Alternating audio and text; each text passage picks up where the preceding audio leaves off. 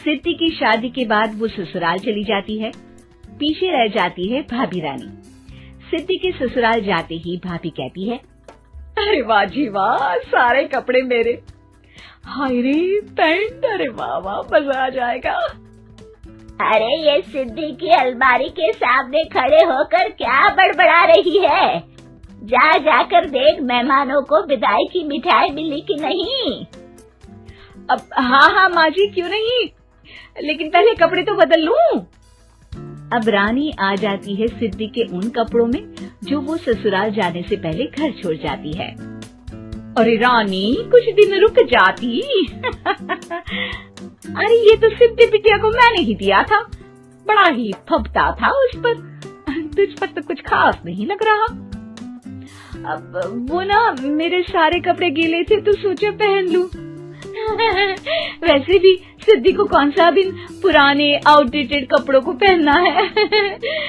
वैसे भी ये सूट तो मैंने तभी पहना था, वैसे खास है भी नहीं ये। हाँ ठीक है, लेकिन ना मेरी सिद्धि पर तो जमता था। सारे मेहमान चले जाते हैं और सिद्धि ससुराल से मायके पहली बार आती है। अपना घर, अपना कमरा, अपनी अलमारी। ये बोलकर जैसे ही सिद्धि अलमारी खोलती है तो सामने उसके कपड़ों की जगह कुछ और ही रखा होता है। माँ, जरा कमरे में तो आना। सास और रानी वहाँ पहुँच जाते हैं। रानी ने पहनी होती है सिद्धि की जींस और टी शर्ट। अरे भाभी, ये क्या? ये तो मेरी बड़ी ही महंगी टी शर्ट है, इसे आपने घर में क्यों पहनी है? अरे बहुत मिलती है दीदी ये चौक की मार्केट में, 150 में। ओ भाभी प्लीज, ये एरोपोस्टल है, 2000 की एक टी शर्ट। ओह 2000 में तो दीदी 4 साड़ी आ जाए। अब क्या बोलूं? भाभी, ये मेरी अलमारी में छोटू के कपड़े, तो मेरे कपड़े कहाँ हैं? मेरी अलमारी में। अब दीदी आपको कौन से पुराने कपड़े पहनने थे? माना भाभी, लेकिन मैं जब घर आती तो यही सब पहनती ना। अरे तुम तो बड़ी कंजूस हो दीदी। खैर वक्त आता है जब सिद्धि ससुराल के लिए रवाना हो रही होती है। अरे रानी, अंदर से सिद्धि का गिफ्ट ले आ, लड़की पहली बार ससुराल से मायके आई है। रानी अंदर जाती है और एक सिंपल सी साड़ी लेकर बाहर आ जाती है। ये लीजिए माँ जी। सास बेटी को गिफ्ट देकर ससुराल भेजती है। अगले दिन रानी एक सुंदर सी साड़ी पहनकर सामने आती है।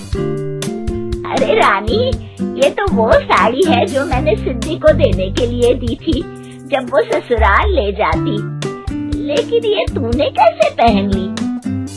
अरे माँ जी, ये साड़ी तो मुझे बहुत पहले से ही पसंद थी, लेकिन चिंता न करिए, मैंने सिद्धि के लिए भी अच्छी सी साड़ी दी है। हाँ।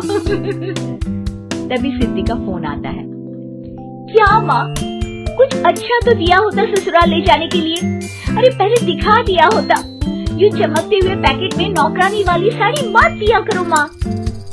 अरे बेटे, वो तेरी भाभी ने ना गलती से उससे पैकेट बदल गया। हाँ, मैं कल ही तेरे भाई के हाथ से तेरा वाला पैकेट भेज दूंगी।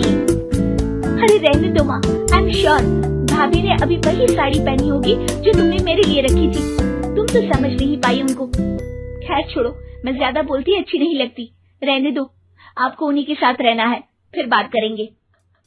सास को रानी पर गुस्सा आ जाता है। वो उसके कमरे में जाती है जहाँ वो शादी का एल्बम देख रही होती है। रानी, मार्केट जाकर एक ऐसी ही साड़ी लेकर आ, कल प्रतीक जाकर सिद्धि के घर दे आएगा। अरे क्यों माँ जी, कितनी साड़ी देनी है दीदी को? यहाँ कोई सेल लगी है क्या? अरे चुप कर, मेरे बेटी के हिस्से की साड़ी खुद पहन ली, अब ज्यादा ज्ञान बांट रही है। एक दिन सिद्धि का फोन आता है। माँ, मेरी सास ने आप सबको खाने पर बुलाया है। सारे लोग सिद्धि के ससुराल पहुँचते हैं। खाना खाकर वो लोग निकल रहे होते हैं कि सिद्धि की सास सभी को गिफ्ट देती है। अरे बहन जी, बेटी के घर का खाना खा लिया, यही बहुत है जो आप ऊपर से गिफ्ट भी दे रही है। अरे बहन जी, आप भी कहाँ इन बातों पर विश्वास कर रही है। सास सभी को गिफ्ट देती है, लेकिन रानी को जो साड़ी देती है वो अजीब सी हरे रंग की लाल रंग के बड़ी छाप वाली होती है। अरे छी, ये कौन पहनेगा? सासू माँ को तो जरी वाली इतनी सुंदर, और मेरे लिए ये नौकरानी वाली। अरे भाभी, दरअसल मैं जब भी घर आती थी आप वापसी में ऐसी ही साड़ी देती थी ना, तो माँ ने सोचा कि आपको आपकी पसंद की ही साड़ी क्यों ना दी जाए। बेचारी रानी, बोलती भी तो क्या। सिद्धि और सास रानी का चेहरा देखकर हंसने लगती है, तो रानी समझ जाती है कि अपने ही बिछाए जाल में वो फंस चुकी है।